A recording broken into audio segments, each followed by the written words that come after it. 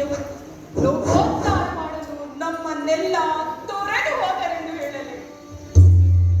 ತಂದೆ ತಾಯಿ, ಪತ್ನಿ ಪುತ್ರ ಹಾಗೂ ಬಂಧು ಮಿತ್ರರೆಲ್ಲರಿಗೂ ನೋವನ್ನು ಕೊಟ್ಟು ಎಂತಹ ಲೋಕೋದ್ಧಾರ! ಮನೆಯನ್ನೇ ಉದ್ಧಾರ ಮಾಡದವರು ಲೋಕವನ್ನು ಉದ್ಧಾರ ಮಾಡುತ್ತಾರೆ.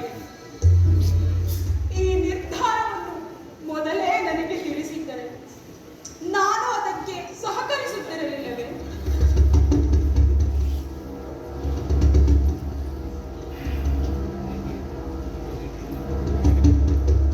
ಅರಮನೆಯಿಂದ ದೂರ ಹೋಗಿ ನೀವು ವಿರಕ್ತಿಯನ್ನು ಸಾಧಿಸುವುದಾದರೆ ಅರಮನೆಯಲ್ಲಿದ್ದುಕೊಂಡೇ ವಿರಕ್ತಿಯನ್ನು ಸಾಧಿಸುತ್ತೇನೆ ನಾನು ನಿರೂಪಿಸುತ್ತೇನೆ.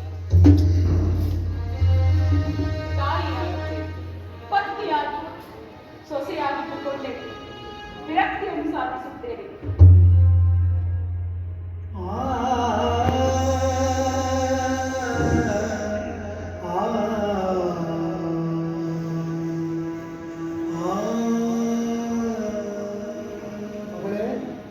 ಯಶೋಧರ,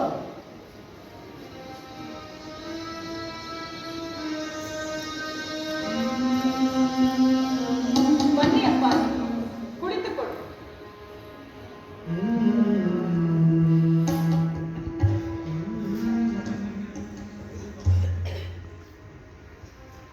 ಹೇಗಿರುವ ಮಗಳೇ?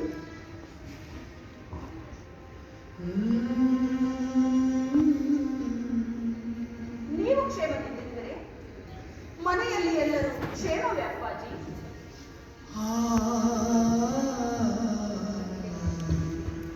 ಗೌತಮ ನಿನಗೆ ಈ ಸ್ಥಿತಿ ತರುತ್ತಾನೆಂದು ನಾನು ಅಂದುಕೊಂಡಿರಲಿಲ್ಲ. ನನ್ನ ಪತಿಯನ್ನು ಆಕ್ಷೇಪಿಸಬೇಡಿ ಅಪ್ಪಾಜಿ. ಆಕ್ಷೇಪಿಸದೆ ಆಡಿ ಹೊಗಳಬೇಕೆ?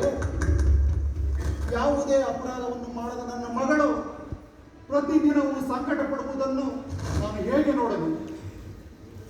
ನನ್ನ ಪತಿಯ ಗುಣಗಳು ನಿಮಗೆ ತಿಳಿದಿಲ್ಲವೇ ಅಪ್ಪಾಜಿ?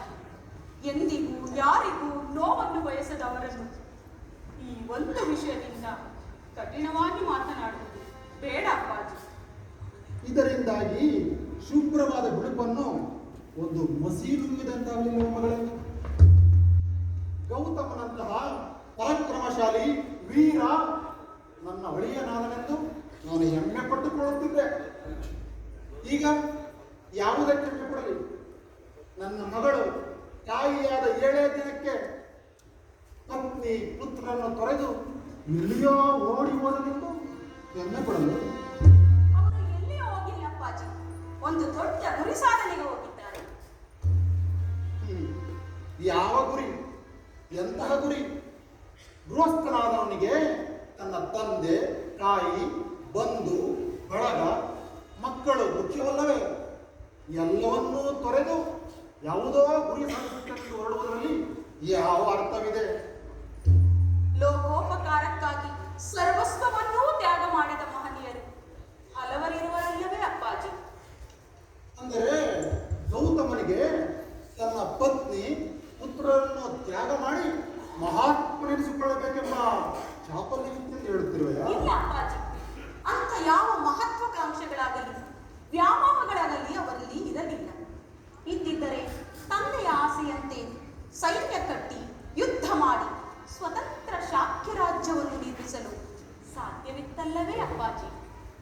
ನಿನ್ನ ಎಷ್ಟೇ ದ್ರೋಹ ಮಾಡಿದರೂ ನೀನು ಅವನ ಪರವಾಗಿಯೇ ವಾದಿಸಿ ಮಾತನಾಡುತ್ತಿರುವಲ್ಲ ಮಗಳೇ. ಇಲ್ಲ ಅಪ್ಪಾಜಿ, ಅವರು ನನಗೆ ದ್ರೋಹ ಮಾಡಿದರೆಂದು ನಾನು ಭಾವಿಸುವುದಿಲ್ಲ. ಕೊನೆಯವರೆಗೂ ಕಿಂಚಿತ್ ಪ್ರೀತಿಯನ್ನೂ ಕಡಿಮೆ ಮಾಡಲಿಲ್ಲ. ಅಲ್ಲದೆ ಯಾವುದೋ ಅಪರಾಧವನ್ನು ಮಾಡಿ ರಾಜಧಾನಿಯಿಂದ ಓಡಿ ಹೋದವರಲ್ಲ. ಆದರೆ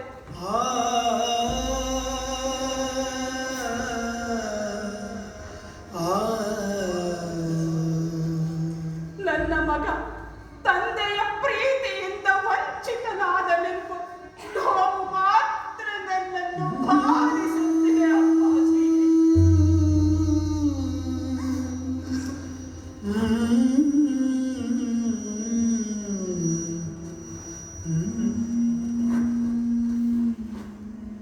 ಮಗಳೇ, ಇಲ್ಲಿಯೇ ಇದ್ದರೆ ಇದೇ ಸಂಕಟವನ್ನು ಅನುಭವಿಸುತ್ತಿರುವೆ.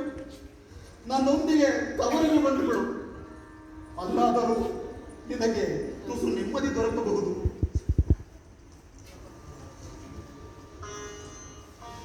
ಅಪ್ಪ, ಮನಸ್ಸು ಪ್ರಕ್ಷುಬ್ಧವಾಗಿದ್ದರೆ ಎಲ್ಲಿಯೂ ಶಾಂತಿ ದೊರಕುವುದಿಲ್ಲ.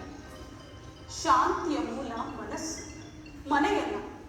ಅಲ್ಲದೆ ಮಗನ ಅಗಲಿಕೆಯ ನೋವಿನಲ್ಲಿರುವ ಅತ್ತೆ ಮಾವನವರನ್ನು ತೊರೆದು ಬರುವುದು ಕ್ರೂರವಾಗುತ್ತದೆ. ಏನೇ ಆದರೂ ನಾನು ಇಲ್ಲಿದ್ದುಕೊಂಡೇ ನನ್ನ ಕರ್ತವ್ಯವನ್ನು ನಿಭಾಯಿಸುತ್ತೇನೆ. ಆಗಲೇ ನನ್ನ ಪತಿಯ ತ್ಯಾಗಕ್ಕೊಂದು ಅರ್ಥ ಬರುತ್ತದೆ.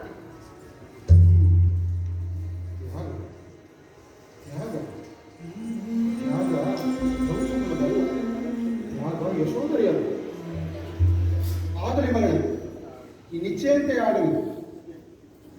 ದಂಡಪಾಣಿಯ ಮಗಳು ಯಶೋಧರೆ ಎಂಬ ಭಾವದಲ್ಲಿ ಸಿದ್ಧಾರ್ಥ ಗೌತಮನ ಪತ್ನಿ ಯಶೋಧರೆ ಎಂಬುದನ್ನು ನಾನು ಮರೆತಿದ್ದೆ. ನಾನು ಇಲ್ಲಿಗೆ ಬರುವ ಮುನ್ನ ದಂಡಪಾಣಿಯ ಮಗಳು ಯಶೋಧರೆ ಎಂಬ ಭಾವದಲ್ಲಿ ಬಂದಿದ್ದೆ. ಆದರೆ ಈಗ ಮಹಾತ್ಯಾಗಿ ಯಶೋಧರೆಯ ತಂದೆ ಈ ದಂಡಪಾಣಿ ಎಂಬ ಭಾವದಲ್ಲಿ ಹಿಂದಿರುಗುತ್ತೇನೆ ಮಗಳೇ, ಎಂಬ ಭಾವದಲ್ಲಿ ಹಿಂದಿರುಗುತ್ತೇನೆ.